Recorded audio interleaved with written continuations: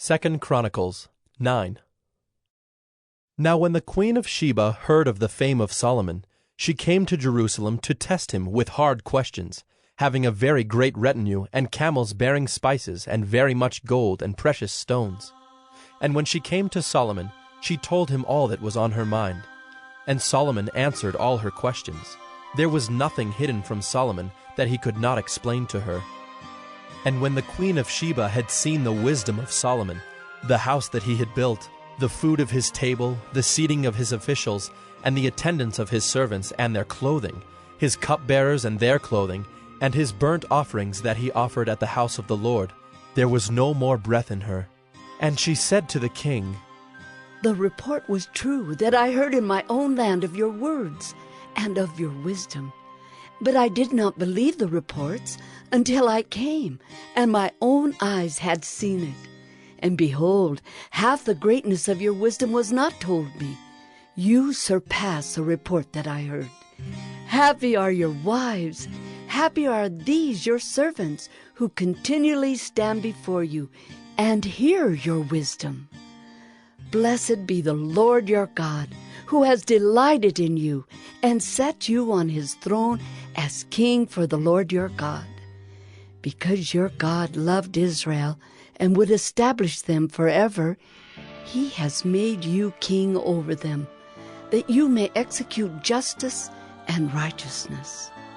Then she gave the king 120 talents of gold, and a very great quantity of spices and precious stones. There were no spices such as those that the queen of Sheba gave to King Solomon.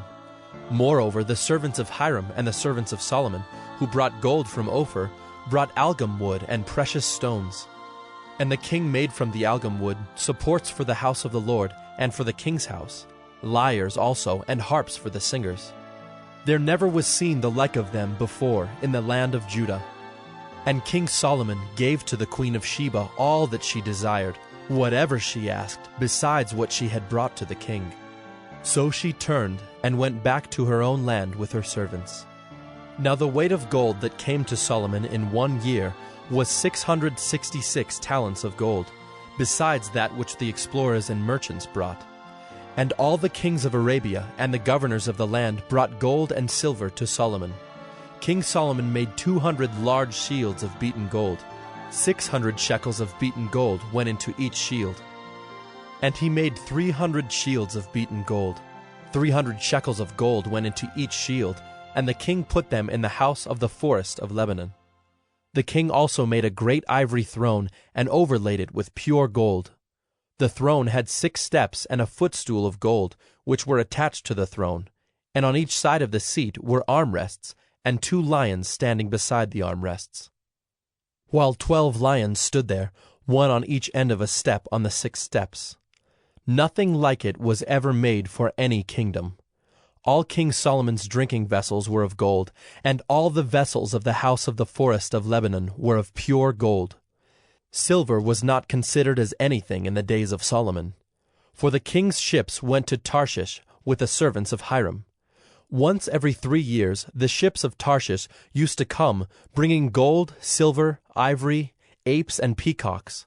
Thus King Solomon excelled all the kings of the earth in riches and in wisdom. And all the kings of the earth sought the presence of Solomon to hear his wisdom, which God had put into his mind. Every one of them brought his present, articles of silver and of gold, garments, myrrh, spices, horses and mules, so much year by year. And Solomon had 4,000 stalls for horses and chariots, and 12,000 horsemen, whom he stationed in the chariot cities, and with the king in Jerusalem. And he ruled over all the kings from the Euphrates to the land of the Philistines, and to the border of Egypt. And the king made silver as common in Jerusalem as stone, and he made cedar as plentiful as the sycamore of the Shephelah. And horses were imported for Solomon from Egypt and from all lands.